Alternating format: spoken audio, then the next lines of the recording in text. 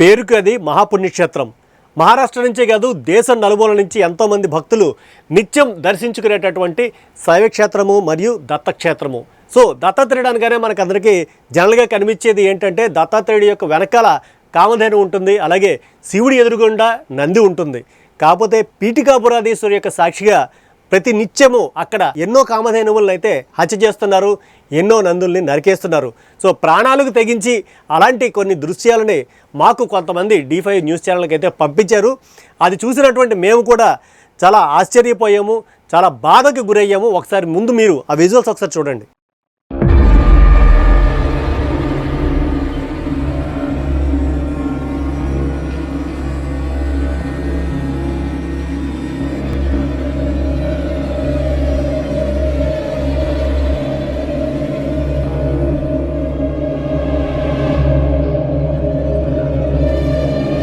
So చూశారు కదా, ఇన్ని దారుణాలు అంటే పిఠాపురానికి సంబంధించినటువంటి ఇందిరానగర్లో ఈ ఘటన అయితే గత రాత్రి జరిగింది. సో ఇంత జరుగుతున్న మున్సిపల్ అధికారులు ఇంకా మత్తు వదలలేదు వాళ్ళకి.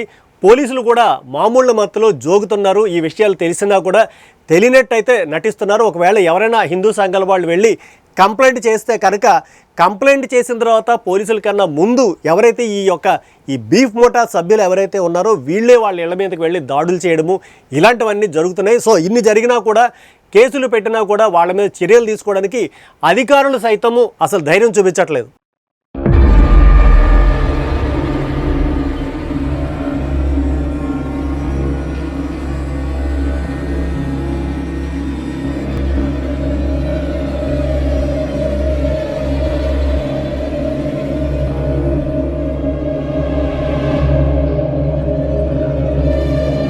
సో ఇందులో గమ్మత్తు ఏంటంటే అసలు ఈ నరికేసిన తర్వాత ఉన్నటువంటి మాంసం అంతా ఎక్స్పోర్ట్ అయిపోతుంది. కాకపోతే ఈ మిగిలినటువంటి ఎముకలు ఏవైతే ఉన్నాయో వీటన్నిటిని కూడా వేరే కర్మాగారాలకి పంపించి అక్కడి నుంచి వాటి నుంచి నెయ్యి, నూనె అనేటటువంటి ఒక 2 పదార్థాలుగా వాటిని తయారు చేసి మళ్ళీ ఇదే శైవక్షేత్రంలో గుడి దీపాలని గుళ్ళో ఉన్నటువంటి ఏవైతే పూజలు వ్రతాలు చేసుకున్నారో వాటికి నెయ్యి పేరుతోటి రకరకాల బ్రాండ్ల పేర్లు పెట్టి అమ్మి పుణ్యం మూట కట్టుకుంటున్నారు ఈ ముఠా సభ్యులు.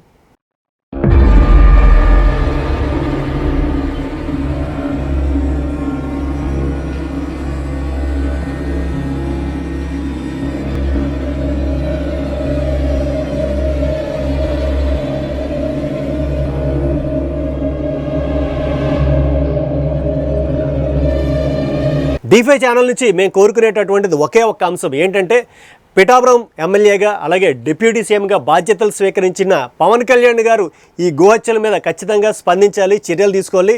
ఆ కబేళాలు ఏవైతే ఉన్నాయో వాటిని తక్షణమే మూయించాలి. సో మహాక్షేత్రమైనటువంటి పిఠాపురంలో మరలా ధర్మాన్ని స్థాపించాలని D5 ఛానల్ కోరుకుంటుంది.